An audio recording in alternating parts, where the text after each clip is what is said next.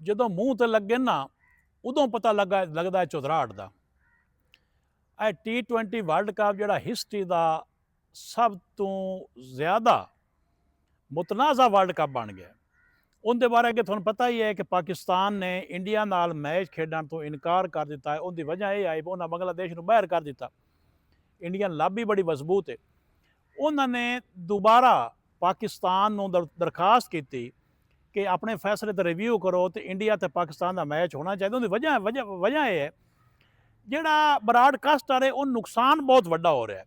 ਔਰ ਉਸ ਬਰਾਡਕਾਸਟਰ ਦੇ ਨੁਕਸਾਨ ਨੂੰ ਪੂਰਾ ਕਰਨ ਵਾਸਤੇ ਤੁਹਾਨੂੰ ਇਹ ਵੀ ਪਤਾ ਸੀ ਕਿ ਬਰਾਡਕਾਸਟਰ ਦੀ ਇਹ ਸ਼ਰਤ ਹੁੰਦੀ ਹੈ ICC ਨਾਲ, ਚੈਂਪੀਅਨ ਟਰਾਫੀ ਹੋਵੇ, ਵਰਲਡ ਕੱਪ 50 ਓਵਰ ਦਾ ਹੋਵੇ ਜਾਂ T20 ਹੋਵੇ, ਉਹਨਾਂ ਦੀ ਸ਼ਰਤ ਹੁੰਦੀ ਹੈ ਕਿ ਤੁਸੀਂ ਪਾਕਿਸਤਾਨ ਤੇ ਇੰਡੀਆ ਨੂੰ ਇੱਕੇ ਪੋਲ 'ਚ ਰੱਖਣਾ, ਤਾਂ ਉਹਨਾਂ ਦੀ ਉਹ ਕਮਾਈ ਪੂਰੀ ਹੋ ਜਾਂਦੀ ਹੈ।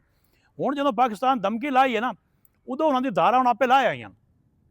ਪਾਕਿਸਤਾਨ ਵੀ ਚੰਗਾ ਰਿਹਾ। ਪਹਿਲੀ ਵਾਰੀ ਮੈਂ ਤਾਂ ਵੇਖਿਆ ਕਿ ਮੋਹਸਿਨ ਨਕवी ਸਾਹਿਬ ਨੇ ਬੜੇ ਇਤਮਾਦ ਨਾਲ ਖਲੋ ਕੇ ਇਹ ਜੰਗ ਆਸਾਦ ਦੀ ਜੰਗ ਲੜੀ ਹੈ ਔਰ ਅਸੀਂ ਪੂਰੀ ਆਵਾਮ ਉਹਨਾਂ ਦੇ ਨਾਲ ਵੀ ਹੈ।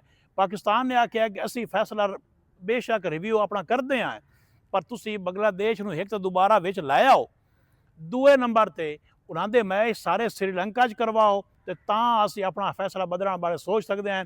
ਵਰਨਾ ਸਾਡਾ ਉਹ ਜਵਾਬ ਹੀ ਨੇ ਜਿਹੜਾ ਅੱਗੇ ਵਜ਼ੀਰ ਆਜ਼ਮ ਦੇ ਮੁਸ਼ਾਵਰਤ ਨਾਲ ਅਸੀਂ ਦੇ ਚੁੱਕੇ ਹਾਂ ਜੀ। ਜਿਮਦੇ ਰਹੋ ਪਾਕਿਸਤਾਨੀਓ, ਜਿਮਦੇ ਰਹੋ ਮੋਹਸਿਨ ਨਕवी ਸਾਹਿਬ। ਅਸੀਂ ਸਾਰੀ ਆਵਾਮ ਤੁਹਾਡੇ ਗੌਰਮੈਂਟ ਦੇ ਇਸ ਫੈਸਲੇ ਦੇ ਬਿਲਕੁਲ ਨਾਲ ਖਲੋਤੇ ਹਾਂ ਜੀ। ਬਹੁਤ ਸ਼ੁਕਰੀਆ।